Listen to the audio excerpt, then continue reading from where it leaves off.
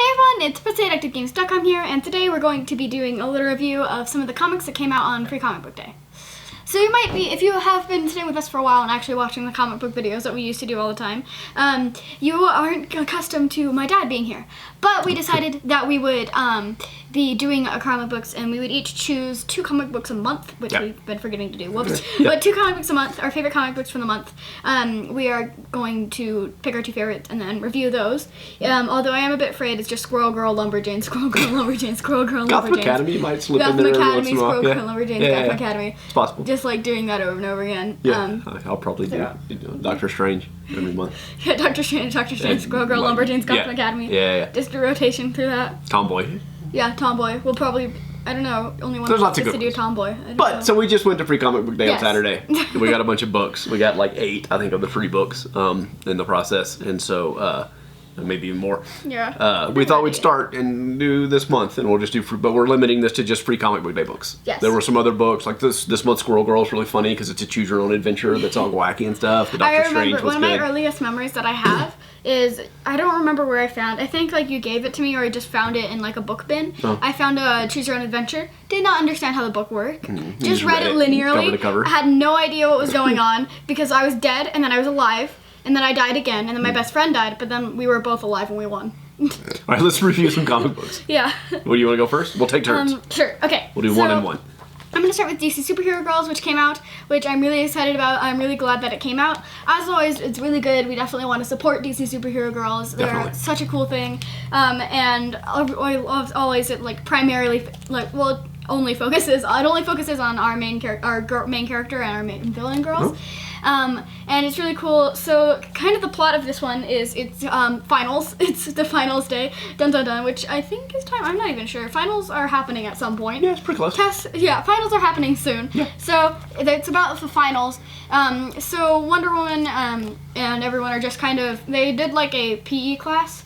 And that was just kind of setting up as Wonder Woman and Cheetah like fought for the PE class, and that was a cool startup thing.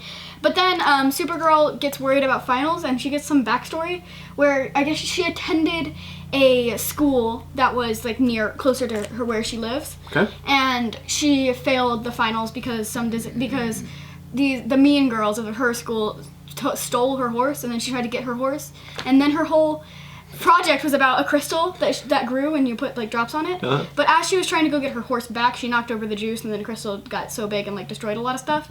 So she got an F because she like almost pretty much destroyed the entire school. Right. So she kind of had like a little like kind of flashback to that, and so she like flew back home for like a few minutes and kind of talked about that. And then as she's flying back, like in the very end, she gets knocked out. And it kind of, there's like this foreshadowing of this villain that's trying to like kidnap, and there's like a list of all the main characters that they're trying to kidnap. Oh, cool. Yeah. So, yeah. Awesome. That's the gist of this book. It's probably a little less complicated in the comic book. That sounded pretty complicated. Yeah, I'm not good at explaining this. And who wrote that? And who wrote this? Shay Fontana wrote it, I think. Yeah, I'm fairly sure she wrote it. Yeah. So we'll do a link to your interview with Shay. Yes. On the end card. Okay, cool. First, I'm going to do Serenity. Yeah, so I watched one episode of it, and then it's there's 3 stories in here. There's a really short Serenity story, and a Hellboy, and an Aliens. And the Serenity one is the really, really good one. And it's like a fairy tale told with the Serenity characters, and it's kind of the story of Serenity to some degree, like nice super summarized. It looks like Princeless, doesn't it? Yeah. So the art style looks a lot like Princeless, but it has all of the characters in Serenity sort of play these characters in the fairy tale that River is telling. It's a really this was really, really good. The other I didn't love. The Hellboy one was pretty good. The Aliens one I didn't love, but the Serenity story from the Free Comic Book Day was really great. Yeah. Like I was really super entertained by it, and it was very cute and heart touching and stuff, heartwarming. I haven't read it, but the art style looks really good. Yeah, so you can read that one. All right, Sugi, I have Lady Mechanica, which I've seen a few times. I'm like, oh, that looks cool. Yeah. But we never actually picked it up. But then we got it recommended to us, and it was actually really, really good.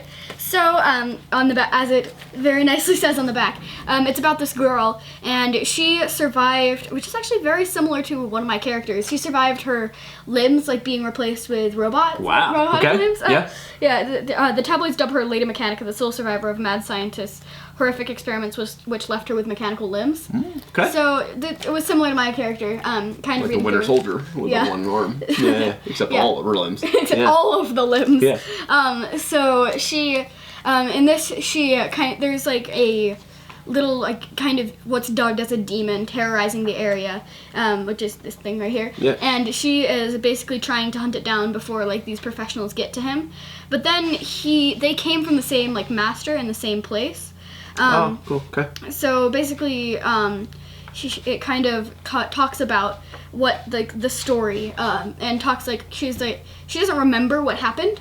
She doesn't really even know her name. She's kind of Wolverine-like. Yeah. Yeah. So he's kind of telling her what happened. It's like mostly backstory. Yeah. And then there's like this little side story that's from that looks really, really cool. There's like a little teeny side. There's a couple little side stories in the end.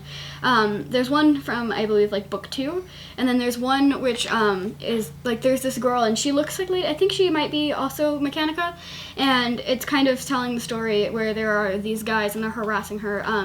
Well, like in a violent kind of way, and she attacks them, and then there's a general that comes and talks to her. Like they're really short stories at the end, but yeah, it's really good. I'm definitely glad that this got recommended to us. It's beautiful. Yeah, it is. I love the art style. Beautiful. Okay, it's cool. so Well, we'll pretty. start reading some of those because I know those are out. There may even be a trade paperback of that we could pick up. So I'm going to do the Invincible Iron Man Road to Civil War 2. It's kind of interesting. I'm sure it's very coincidental that Civil War just came out in the theaters and they're moving into Civil War 2. But this deals a lot with, so when they rebooted Iron Man after the whole multiverse collapse, one of the first thing in the first issue of Iron Man, remember they were talking about how like Tony Stark wasn't way ahead in the technology game anymore, and there were like kids at MIT that could build stuff that was close to his first suit of Iron Man armor, so he needed to stay ahead of the game. His fursuit, his Iron Man fursuit. That'd be kind of awesome, actually. I'd watch that. This actually has a kid at MIT that makes a set of armor. Right, and it's nice. It's a black woman, some representation, right, in lots of different ways. She doesn't have it says on the cover she doesn't have a superhero name. It sort of says introducing. Okay, she doesn't have a hero name yet, but she's working on it. Yeah. So there's no name. So it's a new character. She builds this really cool looking suit. Oh, nice. That's pretty neat, huh? And then Tony Stark is missing, and Rhodey's out looking for him. And everyone is kind of looking for him. They're talking about maybe shutting down the company or giving the company control of the company over to somebody else because he's been missing for like a month or something like that. And so there's some twists and turns with kind of that and what he's doing and why he's missing and how Rhodey's looking for him. Yeah. So that was cool. You got to see War Machine in action, and you got to see it was really cool. It got really confusing for a second because like Rhodey was doing his investigation looking for Tony, and he got attacked, and so he called in the Iron Man armor, not the Iron Man, the War Machine armor, and the War Machine armor was fighting independently, and so like you would see the War Machine fighting somebody, kind of Iron Man armor. And then the next panel would be like Rhodey getting punched, like out of the, and I was like, what, am I reading these out of order? Did I skip the part where he put the armor on and like stuff? But then I sort of figured out the armor was sort of independently fighting. It was kind of cool. So this was a really good story, kind of kicking off. Like there's a couple of comics. There was also the Civil War II comic with Thanos in it, and then kind of coming in and starting that storyline in the new sort of big arc that's going through the comics here pretty soon. So this was a really good read. I like Iron Man a lot, and it was kind of cool to see this the foreshadowing of the MIT kids catching up to him being an MIT kid, and she stole a bunch of the parts from around campus and like the robot lab and stuff like that, and so she sort of cobbled together this Iron Man outfit. It looks really cool. It has a really cool so it's kind of it's cool to like that's Tony sort of built his first suit out of sort of scavenged parts, and so her building it and kind of following the same path. I'm curious to see kind of where she's going to go and what name she's going to settle on. So yeah, lots of really good books for Free Comic Book Day, and this is just like I said, we got like 8 or 9, and most of them were really good. I liked a lot of them, and then we had a whole stack of books that weren't Free Comic Book Day books, but they were really good too. But yeah, all the books were really good. So we're going to try, and like at the first week of the month or the first of the month or something, we'll review the books from the previous month.